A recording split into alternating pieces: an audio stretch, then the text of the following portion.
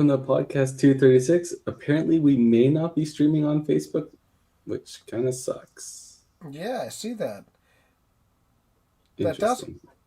Interesting is right. We have one viewer. We're doing good. It must be our guest of the evening. It must be. He's One really reeling in the people here. Well, and us, and us running this at the same time as the Pro League match probably doesn't help. No, probably not. But here we are. We're up to 3. We're doing good. Welcome aboard. Maybe we make a post on Facebook.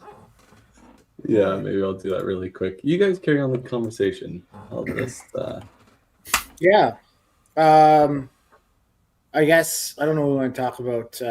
Well, we have a 5PL match on right now.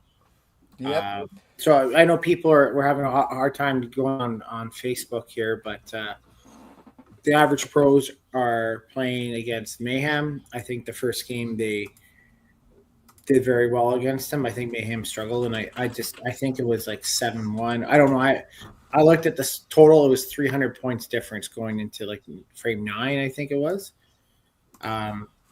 So interesting. It's a 2-game match. We'll see if the Mayhem can come back and do it. Yep. Hot take, though. Hot take. Do you think the average pros do as well at Bonnie Doon if at Sherwood Park if they did at Bonnie Doon? My answer is no. So we'll see. We'll see how it goes. Is that a hot take? Oh, it's an honest take, I guess. I had to say that, right? It's a take. It's a take. It's a take. Yeah. It's a take. Yeah, we shouldn't give away too many spoilers, but there were a lot of pins flying that first match. Crazy. Lots of pins flying. Just lots of pins. Hit pin turn into a corner. It happens. It just happens. It's just bowling. That's what Brett Mapstone says. It's just bowling. Guys. If nobody knows, at Heritage this past weekend, there was a lot of that going on. It was insane. It was crazy, the amount of kickbacks and all that good stuff. And with that being said, before we move on, let's bring our guest of honor and the 2026 Heritage Traditional Champion. Mr. Greg DeGrazia. What's up, Greg? Hello? Congratulations, man. Hang on, something's not working. Oh, God, of course. It's his first time. It's his first time, guys. He grew out the mustache and his technical abilities disappeared.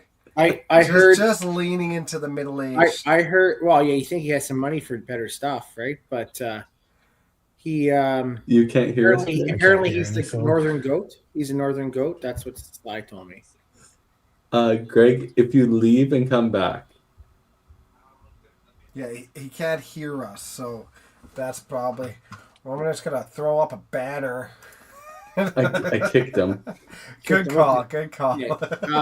But let's go over first of all. Well, before we get Greg back on, obviously I do want to do a couple shout outs. I want to thank Shelby Heritage Lanes and their staff for doing a wonderful job. Yeah, food was great, everything else like that. And I want to thank Cindy definitely for all her hard work. I know how many hours she put in on this. I've heard about it, and I'm very grateful that she gets some time off to herself finally. She does a great job. It's crucial. Mitch as well does a great job. It's awesome. Mitch needs to step up his game a little bit. I had to catch him on an error. He had me winning or me Marcello in, and if but you're used to winning by accident later on or whatever, right? I'm just saying he wasn't 100%. He wasn't 100%, and we expect 100% out of him. So Tim, to be honest, I also was supposed to be playing instead of Bradley Titcat. So like, what happened there? Twice? Yeah, twice. Oh, Mitchie. But look, Tim. At the end of the day, he's Mitch, and he's great at it. But he's not Blair Talk. Yeah, Blair's pretty good. I thought Mitch did a great job. Mitch did do a great job. Congratulations, Greg, now that you're actually with us. Yeah, you can hear me? We can. Okay, perfect. Thanks.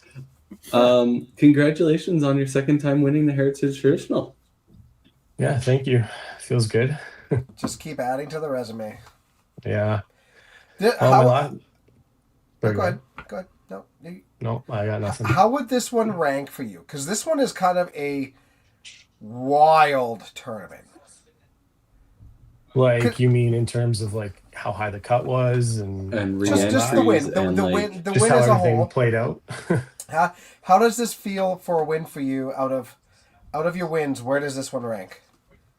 This has got to be up there. It's always like difficult to win a cash tournament. I mean, it's difficult to win basically anything these days, but these cash tournaments are really hard to win. Like it's a grind.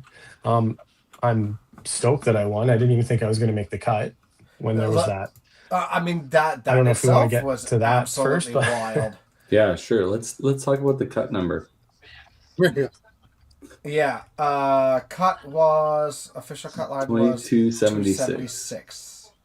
Yeah.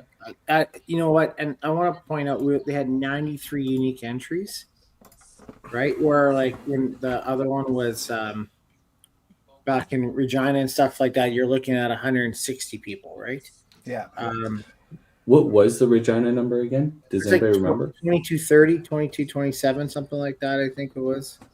You can ask, well, we can probably call up Wolfson. He could tell us probably, but yeah. But yeah, no, it's incredible. And like, obviously with that, with little people, like compared to that, where they had it 160 and for that cut to be like that, it's crazy. Right. So absolutely insane.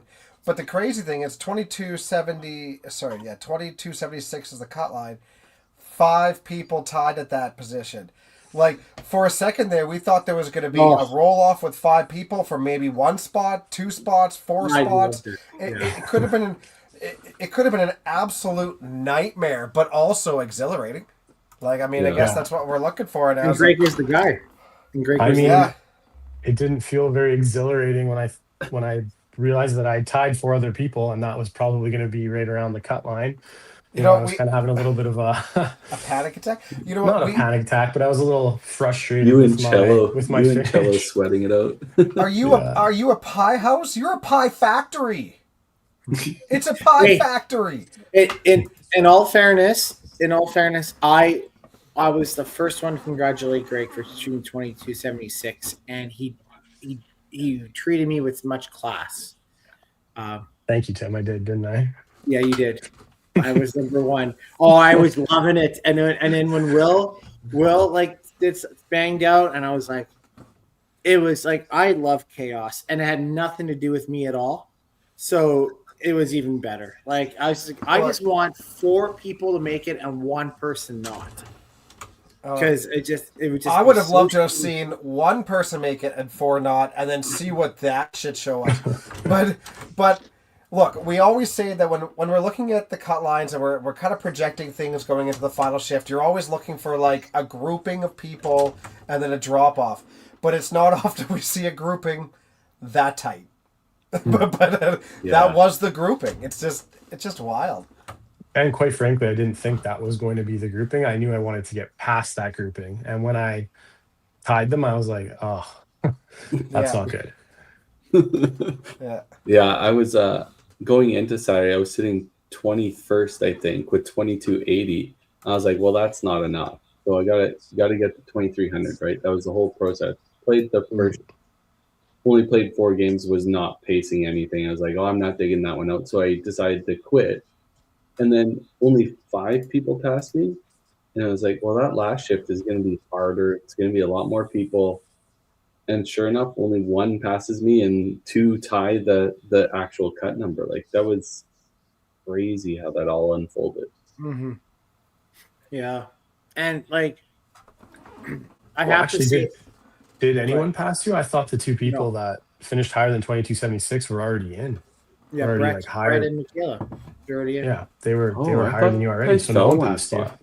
No, you didn't fall out. Brett played 2 extra ones. I mean, he made money, but I do have to I have to commend Greg. Greg was going to quit in the first shift on Saturday. He needed a little bio break, and he was on my set, and he didn't. Right? I did that for you, Tim. You did, bro. And it all worked out. Hey, and you know what? I won a high game pot that game, so you did. Especially it pays to not be a quitter. Sometimes, Nathan Vukovic was the other one. Sorry, Brett and Nathan. Yeah, no, yeah, you did, and we totally duped Bailey, so I felt really good about that. Yeah, yeah. No, since we're talking about the cut number and stuff like that, Rylan Willie are putting up a 25.84. Insane. Yeah, that's wild. And that's coasting home. After the first shift, I made a prediction that there'd be a 450 and a 2600 cut, and Rylan let me down because the 450 happened, and then he was looking like it was going to be 2600. And then I watched him go miss in the last game. Yeah, he fouled. Yeah. He fouled in that last game too, didn't he? Wow, he still would have missed. I heard that, but I don't know. He still would have missed by one. So, he had his 848 double is a new Alberta 5-pin record. So that is great there. And let's take a shout out to Shelby. Shelby shooting is perfect. Yeah. 10K in his lead setter. I think that's incredible. It was funny. I was just talking to him like not even a month ago at the Open. He's like, yeah, I've been like 440 in my life, 445. I'm never going to get perfect. I'm okay with that. Like he was just talking about it and it just happened. Right. So, like incredible amount of scores. I mean, I know Sin posted it. I'm just looking at it right here. Like the amount of 300s was absolutely insane. Right. 12 games in the 400s and 398 games in the 300s just in qualifying.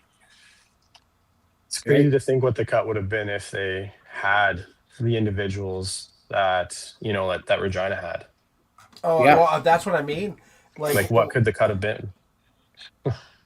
2,300. Easily. 2,300. But so I mean, let's talk about how I know Shelb was wanting to come up with a different way of doing the tour and doing the entry fee, and he did do like a unlimited pass with it, right? The unlimited pass, I think, also enabled people just to, I'm not playing well, I can enter another one. You're not thinking 200, 250, 250, 250, right? So while it, I think, narrowed down the prize pool less, and again, I'm grateful that Shelby and Heritage Lanes donated the lineage back for the prize pool. And they had good cut money, but it also enabled more people to play more shifts, right? Mm-hmm. So I think that they maybe would have played. So for them, I think that also entails the cut going higher and also the Friday night being a shift as well. Yeah, let's be honest here. Like I had a discussion with Shelby about this. I think you could even raise that multi-entry a little bit and reduce the single entry cost. And you'd get those extra 20, 30 individuals showing up and playing. And that just goes all to the back end. Like he kept cut money really high to make sure that if you made the cut, you got your money back at least.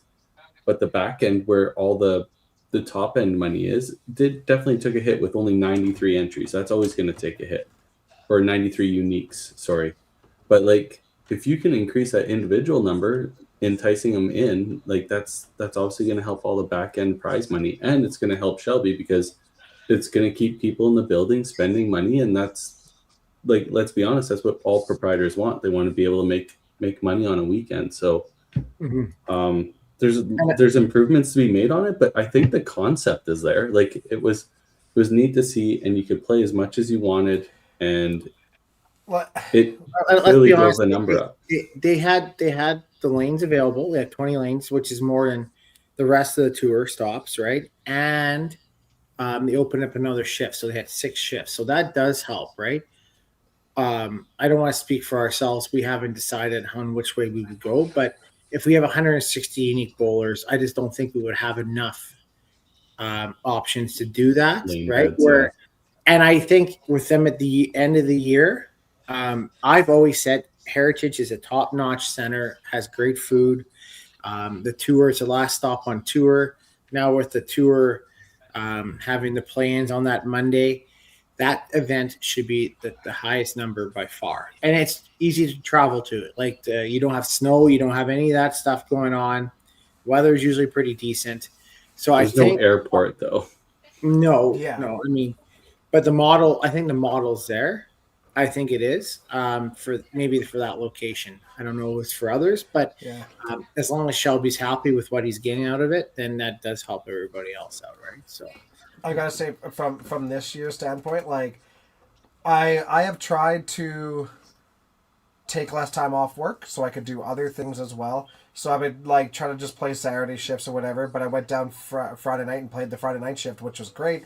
But that being said, I have never felt like I am at a detriment because I could only 3 shift. But like, well, like, you know what I mean? let's call a spade here, Dex. You had a great night Friday night. You had a lot of fun, and I think if you had a little bit less of the supporting the center with the alcohol, you gotta would have support. qualified. You gotta support the center. You could have qualified. Maybe. I'd be curious. Yeah, sorry. I'd be curious to know how many people made it on 3 or more shifts. Like, I made it on how 3. many? Yeah, like I technically made it on my 4th shift. Yeah, I made it like, on my let's 2nd. look. You can tell. I would probably go down Thursday now and play on Thursday just so that I don't have to cram them into the last 3 shifts because of that's where I feel the detriment was, truthfully. Yeah. So, I mean, yeah. Go ahead. I was just gonna say the only reason I played Thursday was because of this model. Like I wasn't planning to play Thursday, and I'm like, well, it's the all-inclusive 375. Might as well play every shift I can. Yeah.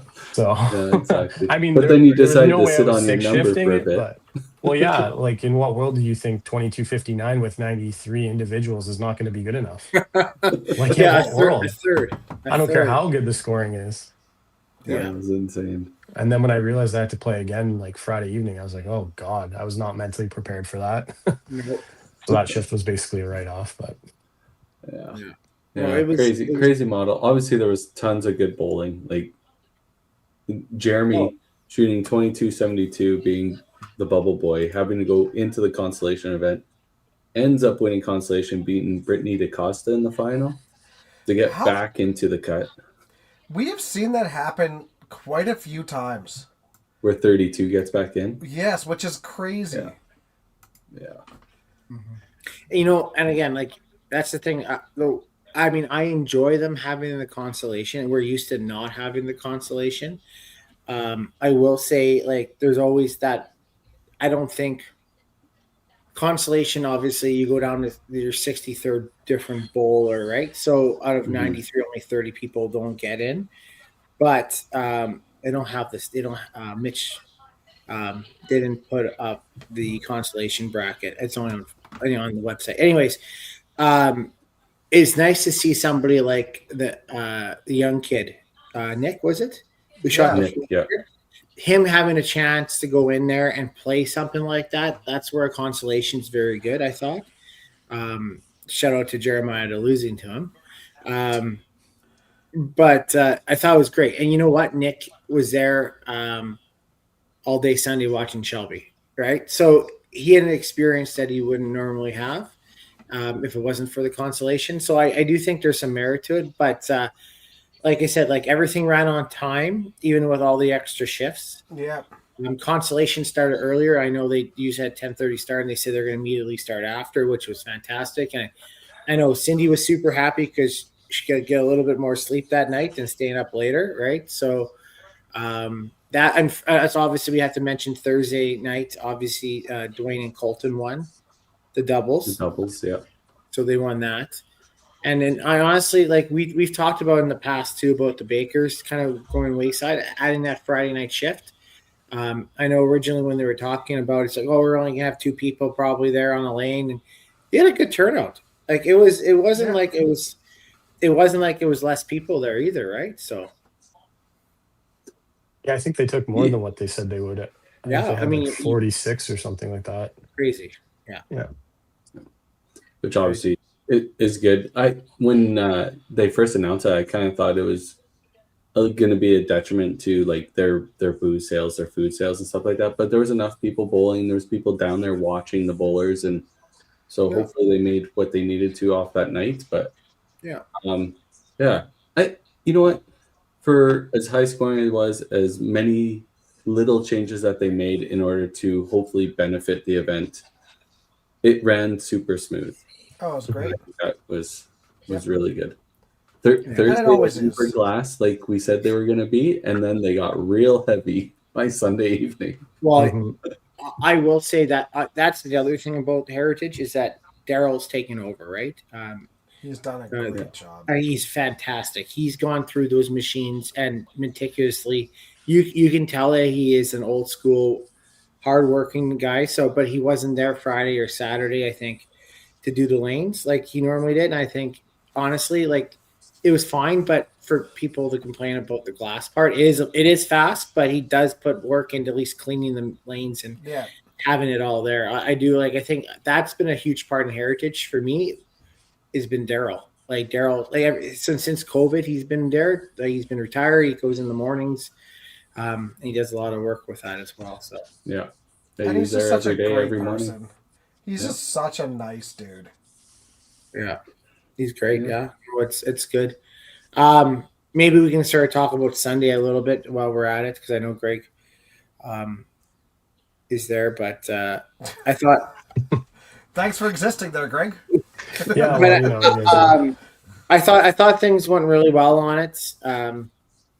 I guess I don't know where you guys want to start off with it. Some of the pods are better than other pods, I guess. Right? I know the one side that it's funny. The back half I found was huge scoring, and Which is the opposite of what it normally used to be. Yeah, and the front half like, it was kind of a dogfight. I mean, in I guess the new Heritage scoring. I mean, a dogfight's a 280. Right? Yeah, there was two 400s thrown on the low side in the first bracket, so I don't know how low scoring it really was, but there was lots of pins pretty everywhere. even. Yeah. Like I played on both sides, and I thought they were pretty even scoring. Yeah, I always have a harder time on the high side, but that's just a personal preference thing. I stick a little bit more on the high side, but it's crazy to see all the scores going around because at any moment you could look up and somebody's on a 7-bagger, 8-bagger. There's lots of that going on. So when you start like punch, strike, punch, you're like, oh god, like I'm 100 down already on half the field. Yeah, it's a different mindset when you punch once and you feel like you're being left behind. Yeah. Like, it takes one mistake. I think the pod system is one of my favorite systems just in general because It's awesome. Like the top four are usually like they deserve to be in the top four, right? Either whether it's with pinfall or winning matches. And I like similar to Calgary. If I'm not winning, like at least I can try to shoot a 300 to lose to a 300 and I'm not out, right? So there's meaningful balls that are required throughout the whole entire event. I lost to several 300s. Yeah, exactly, right? And, like I lost to Derek with a 300 on 9 and 10, probably cost me from moving on to the 8s. But at the end of the day, you have to minimize your losses. That's a big key with that, I think. Yeah. So I don't know if there's any results in there that you guys are more. I mean, Greg, you pretty much dominated the whole time. Like, as in you weren't. You were shooting a lot of 300s, and you're averaging over 300 majority of the day. Yeah, my first the round of 32s was probably a little bit of a slower start, but then after I found my groove, I just kind of ran with it. Yeah. Yeah, I mean the round of 16, like just demolished. Like 24-74 for 7. I think that's with his match wins. That's with 300. So I mean that's still 21-200 pace. Yeah, it was 21-79 or something without match wins. The next round was a little more difficult, like match play wise, but the scoring was there. So thank God. 24-92 with 3 wins and a tie. So he shot 2,200. Yeah. No, I shot 23. Yeah, 23 something. 2,300 for 7. 23 and change. Yeah. Holy shit. And I think I was 50-50. I had 3.5 wins. Yeah, exactly. Yeah. 261 and a win 200. No. That's the No, sorry, 16s. 247 with a loss, 361 with a win, 307 with a loss, 345 with a win, 292 with a tie, 282 or 7 with a loss, and then 378 with a win.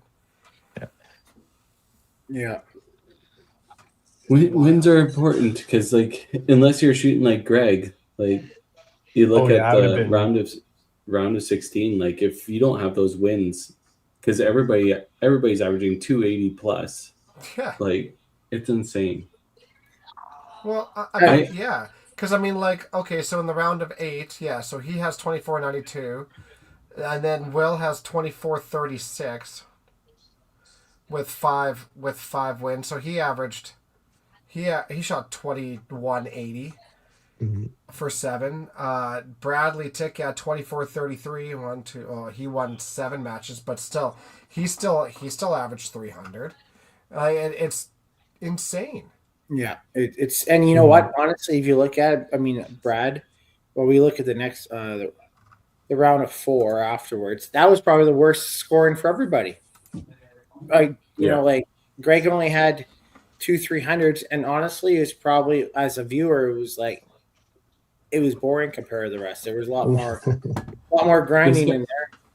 It was kind of Yeah. funny. I was looking at like the round of 16 in my pod, and I was like, it really felt like I got beat up on. But then I realized like I only shot 20.75, so I was like, okay, I was maybe behind pace a little bit. But I looked back at it, and they were averaging 320 at me. Yeah. So like, Yeah, didn't you say to me at one point you had 1100 for 30 thrown at you? yeah, I was like, wow, that was a great start. Don't worry, you got me though. Yeah. Didn't get me in though, that's all. But yeah, like the scores were crazy, and that's the best part, like you said, Tim, about the pods. Even though you could be playing really well, it's who you run into at what times. It's like the Autumn Open. If you run into the wrong combo, you could be behind so fast with the bonus system. Yeah. Mm-hmm. But you also could be staying with them by winning the crap matches, right? 100%, right? And like I said, at least you can manage your losses a little bit better. Like if you can, if somebody's shooting like 1100 for 3 against, and you have even 950 for 3, right? You're giving yourself a chance. Where if it's match play, you're SOL, right? You just get hot and see you later, right? I don't know. I guess we'll talk about the finals here as well. Obviously, you're playing Brett. Can we talk about the interview? Yes. Do you have the interview? Do you have that clip that Katie made? Yeah. Can you please play the clip? I do not have the clip. Everyone should go love watch to it. play that clip. I mean, you know what? Maybe you can email, send it to Dex. If anybody has the chance on Heritage Lane or Heritage Traditional's Facebook page, they had a production crew in there running a separate commentary, a separate view of the bowling.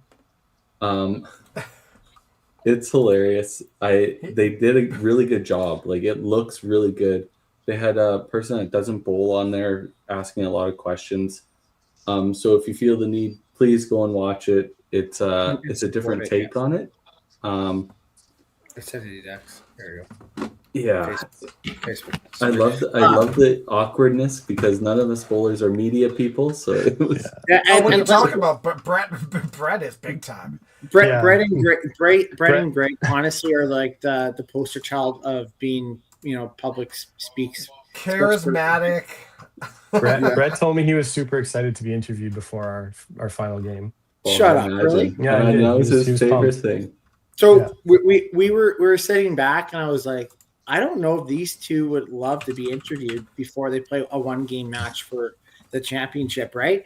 And I don't know if that was discussed ahead of time. And we're like, well, I don't know, right? I mean, I would probably want to be interviewed before the 4s, just like thinking about it, because at least you had 3 games. There's more than just one, but you have 1 game, all or nothing, and you get interviewed and you break the kind of your mental portion there. Obviously, I know Dexter's going to pop it up. Hopefully he's here soon in the video.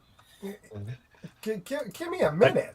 I do want to but say I did ask if we could do it after the match and pretend that it was pre-match, and I was told no. So I tried. I get that would be your answer, and I also get, like, honestly, when you have production companies, obviously, for us to have exposure, you kind of have to give a little bit too, and work with that, and I completely understand that, but Mhm. yeah, it's just a tough time. Like and let's be honest, the match itself, was very good, so it wasn't like I don't think it did a detriment to your match. At least I can look at it No. and say I think it had no bearing on it, right? So Yeah. yeah. No, I mean, how was it, I Greg? figured. Sorry. Yeah. Go right ahead, Greg. I was just going to say I figured they were going to say no, but I wanted to ask anyway. All right, you guys ready? Yeah. Bring it Brett on. Mapstone. All right. Same thing. Same Pretty time. tired, yeah. Tired. Yeah. Big fan of water. That's what water and a little bit of beer. Oh, okay. Well, that's good to hear. I'm Brett Mapstone. All right. I'm ready. Hoping this one's going to be the one, yeah. Try not to, but yeah, once in a while, yeah. Definitely, yeah. I'm Brett Mapstone. All right. That's a great edit. Did you guys know that's Brett Mapstone? That's Brett Mapstone. When he said he was a big fan of water, I tried not to burst out laughing when she was interviewing us. Do you think? I love it. Do you think? I guess you know what the sad thing is. We've been making fun of Brett for it would be 4 days now, and we never once asked him if he was actually nervous, and he just said an answer. We just made fun of him, but I would assume that he just came up with an answer because he didn't know how to answer something. Yeah. Yeah. Oh. Yeah, Oh that's a high pressure situation where you're just in front of a live camera crew and they're just like, here's a question, figure it out. No prep, no nothing. Not to That's the mention way you it should have be, though. Not to mention you have this high stakes match looming over your head that you're just going to play, and now you're thinking about this too. It's tough. Obviously, because we have you on podcast, you came out on top if nobody knows, but plastered all over social media.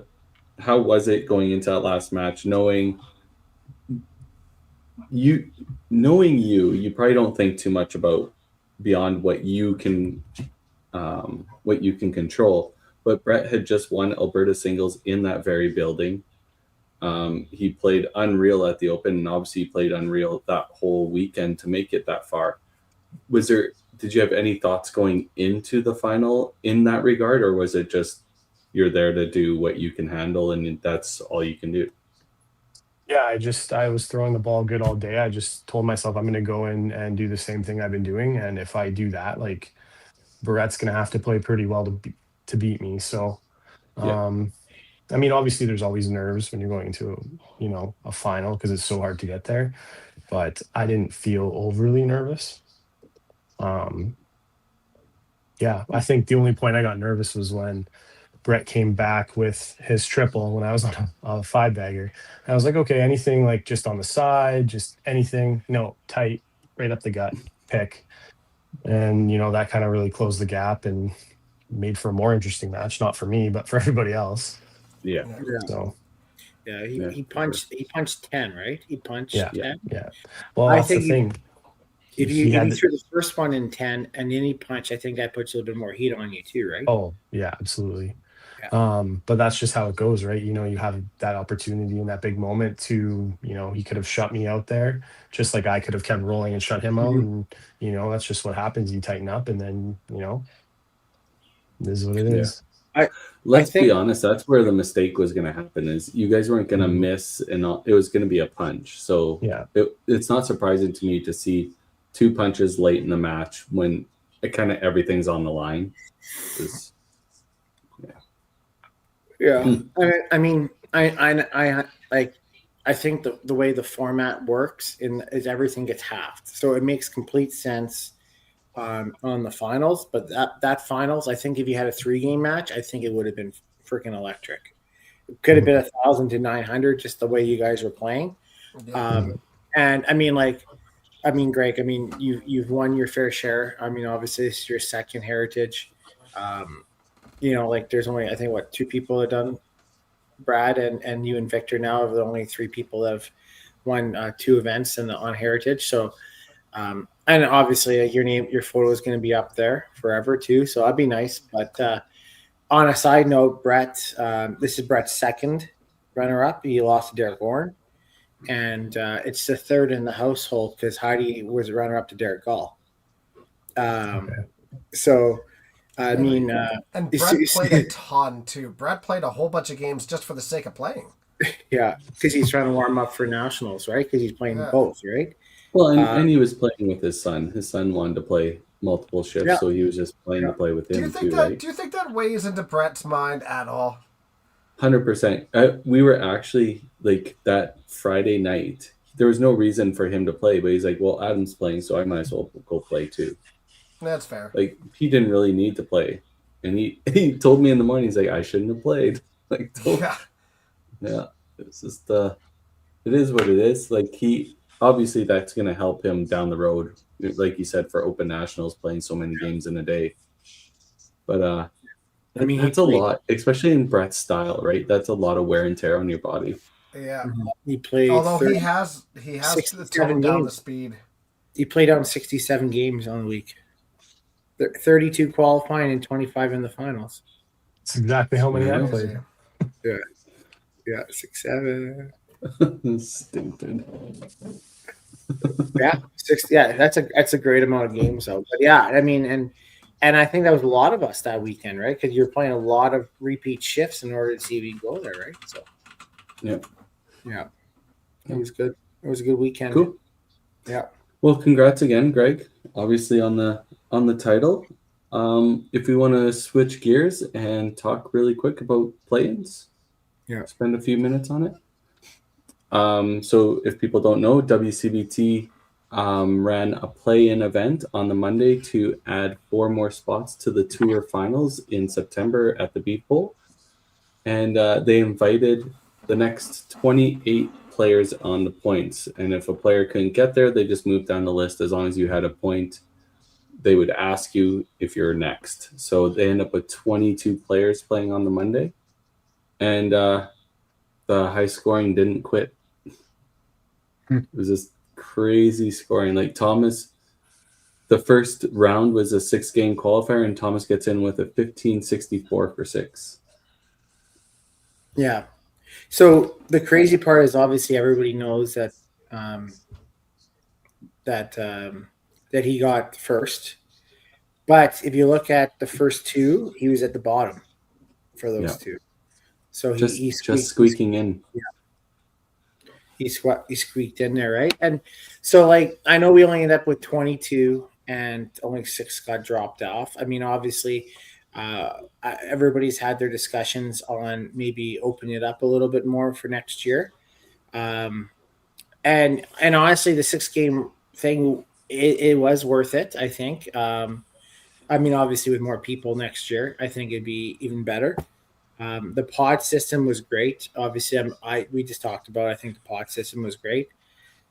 I can't tell you if anybody out there gets offended, but that Survivor thing was fucking crazy mindfuck. I said that. And I mean it because you're playing and like you're playing not to lose in a way, or you're trying to play well enough, but you're also thinking, I got to get enough points for the next to keep me going for the next one because your total was, and the format was great. Obviously, like I'm a little bit biased because I wasn't knocked out fortunately, but like the first game, I mean, Colton had 2 chops that or 2 head pins that would turn to chops, and he should have been eliminated the first one. Realistically, and he spared him up, and he obviously he's very gifted, and he carried on. But Donnie punched, and I think the low amount could have been 278. It's funny you're just talking how like Tommy had squeaked in the first 2 rounds and ended up winning the last round, but Colton won the first 2 rounds. He was flying. Yeah. And like, I mean, even leaps and bounds. Even in the other one, he shot almost 1,200. So I mean, he still played very well. But yeah, it was just like you're looking at it, and then Trent Trent kind of petered off in the second game, Because and he in the was third he was game, rolling too. yeah, and in the third game, I'm sitting there, I'm like, oh god, like I've been my bladder. Anybody knows me, my bladder is a little bit small, and then me and Bobby have the same bladder, so we always went to the pee breaks between every game. It seemed like Sunday and Monday. And he's in there. He's like, man, I don't know if my head's all messed up with like every like long day or whatever. And then he got knocked out. I was like, and then the last game, obviously, it all worked out for me on my end. But it was crazy because you're not. It was a format I've never played before, and a format I don't think you can ever be prepared for. Well, it certainly was exciting for people watching. Yeah, it was. It was yeah, really it was exciting. Yeah. I like the last round. Like I get what you're saying, Tim, but it's put up or shut up. It's a go time. It has to be tough because we're giving players that didn't earn the top 12 spots a chance to win 4 spots. That's 25% of the tour final field. It has to be cutthroat because if it's not cutthroat, it's. I also like the fact that like even if like okay, you're going to win this match even though you're not throwing that great of a game, that like you still better start trying to find your best shot right now because these points matter. These points matter right now too. I like that it carries from round to round.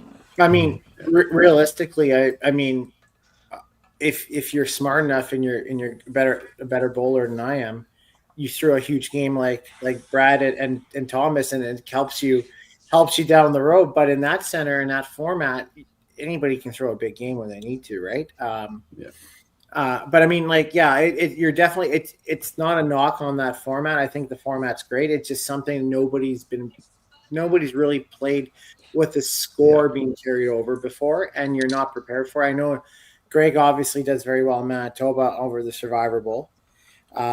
So he understands that portion. It's just like you don't start off at 0 again, right? Yeah, in Manitoba, it's not cumulative. Like you start right from 0. Yeah. So yeah, it was great. It was just like, and I looked around. I was like, why are we cheering for other people? Like I said to them, I was like, we're all idiots. Like I need you to like. Why are we giving high fives? Like I don't want you to do well. Like I was confused by that too. You guys are giving each other double high fives. Like you're all on the same team. I'm like, what's going on down there? Yeah, I want to like. It was stupid. Like I said, everybody's fucked up in the head. Everybody knows what's going on. Yeah, and we're all cheering for each other when we shouldn't be. It was chaos. Yeah.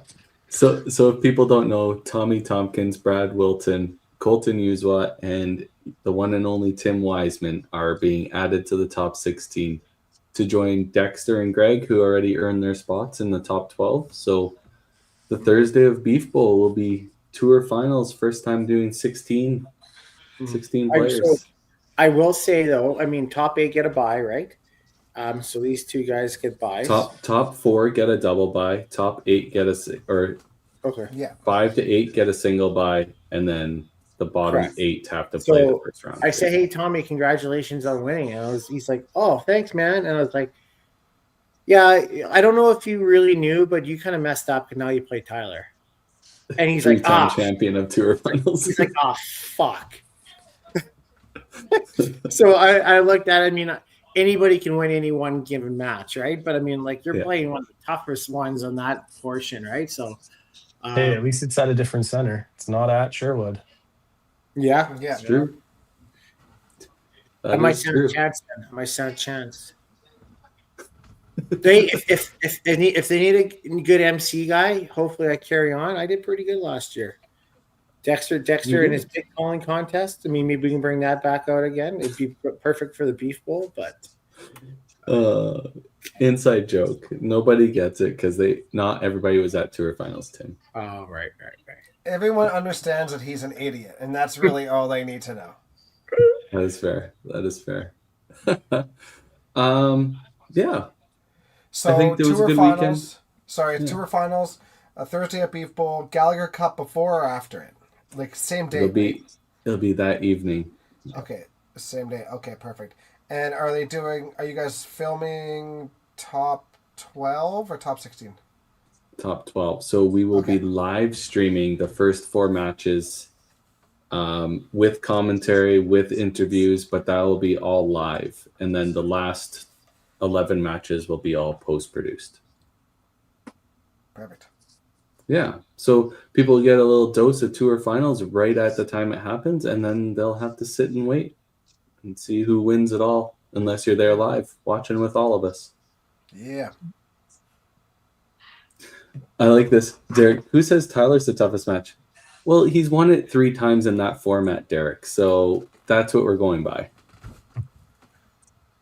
Pretty standard. If you won it 3 times, we'd say you were the toughest match. But anything else? We got Quebec Classic coming up this weekend. Greg, Yes. you're already out there, ready to play. Yeah, gotta potentially do the same format all over again. Just not all you can bowl. Just only 3 shifts at least. Fair.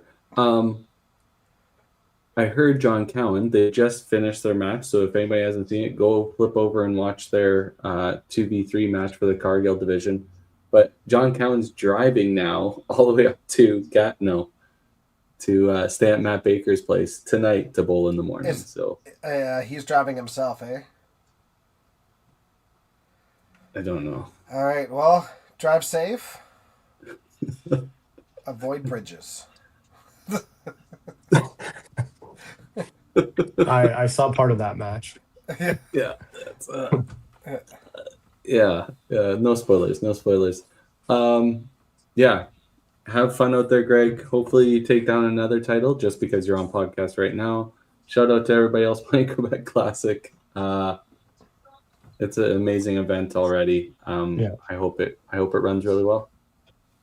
I'm sure. Well, it's ran really well last year when I came. So Matt Leonard will put on a good show. So he cares. He puts in a lot of work. Yeah, he does a good job. Cool. You guys have anything else to say? Congrats, Greg. Thanks. Appreciate it.